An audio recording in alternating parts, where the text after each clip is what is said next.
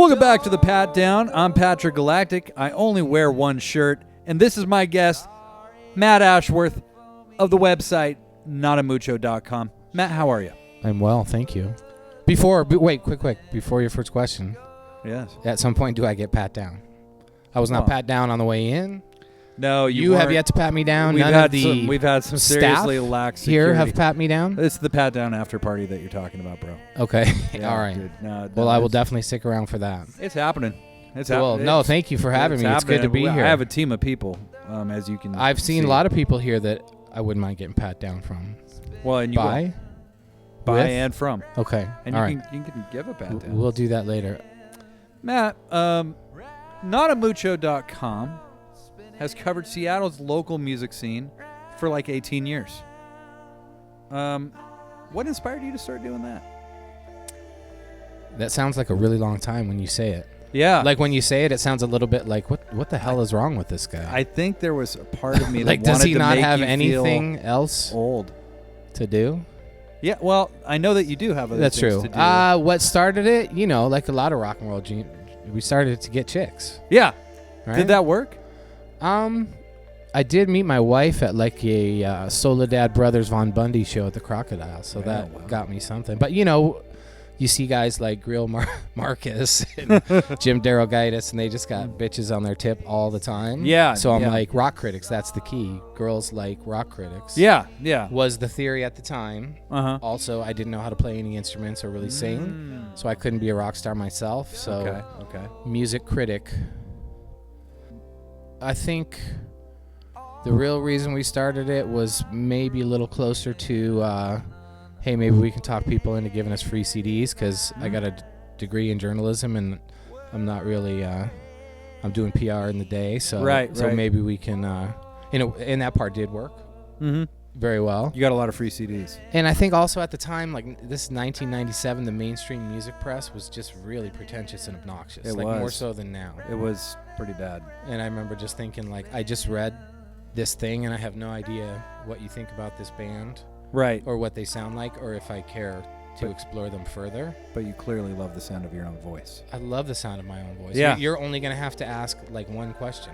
Right. No, totally. This whole time. Well, no. But I mean, that was kind of like the journalism of that time. Oh, yes. It was just, very trying to prove some kind of authoritative tone all the time, rather than really just saying yes or no, this was good, this was not. Exactly. And hence, Nada Mucho, which is not much. Well, it's actually nothing a lot, and Spanish speakers will tell you, like, that's not what you think it means. That's not. But yeah, nothing a lot, which is what we kind of specialize. Yeah, in yeah, doing. absolutely. Yeah, right. Now with less suck. Now with less suck. Yeah. That's since we've redesigned the website, which we do have a lot less suck than maybe before 4 or 5 years ago. Yeah. Well, that's noble. That's that is. Thank you. Proud of. Thank you. Not as like a contributor-based site. You have a big network of people writing album reviews, show reviews, that kind of thing. Have you ever had to get in a fight with anybody who wrote for Nada Mucho about the content? Have you ever had to edit somebody? They got upset with you? I did have somebody contribute and wrote a few things for the site and then submitted their CD. Oh. And whenever that happens, we just, somebody who doesn't know that person, not connected to them, has to review it and give their honest opinion. Right. And he was not happy with the review that he received. Oh, okay. And was quite bitter about it, which can happen. Absolutely. If people are interested in writing for notamucho.com, yes. How should they get in touch with you? Electronic message is the best way. Okay, I've heard of that. Much quicker than the old-fashioned post. Yep. Editor at notamucho.com. Editor at notamucho.com. All right, do it. And it's that simple to, say, hey, I got some idea. Yeah, if you want to make a difference in your music scene, editor at notamucho. Okay. Nunchucks. Okay, cool. Having covered a lot of Seattle bands and trolling my show, who are some of your favorites that you've covered over the years? in the pantheon of nada. You've heard of Macklemore, right? He's good. Just once. He was good. One of my favorite bands that we've covered, and that was, we try to like cover the bands that aren't quite well known yet. Yeah, right? yeah. And try to like help artists sort of get recognized. Yeah.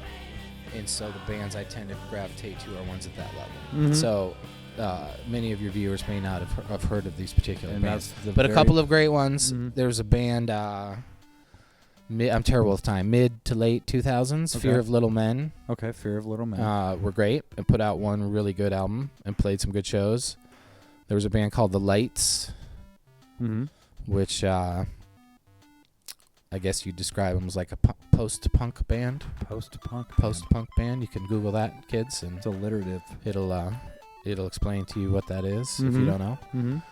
But they were very, very excellent. There's a band called Tennis Pro I always like. They're just kind of fun, catchy pop punk and like clever songs. Mm-hmm. And they just pop into my mind because I think they played shows when we first started and then went away. They're kind of one of the only bands that's been around and never quite blasted off the whole time Nada Mucho's been around. But they just put out a movie, and incidentally, it's like a big the movie's produced by some famous director. It like debuted at all these film festivals around. Wow. Yeah. So Tennis Pro are a good fun local band as well. You guys sponsored your first music festival this year.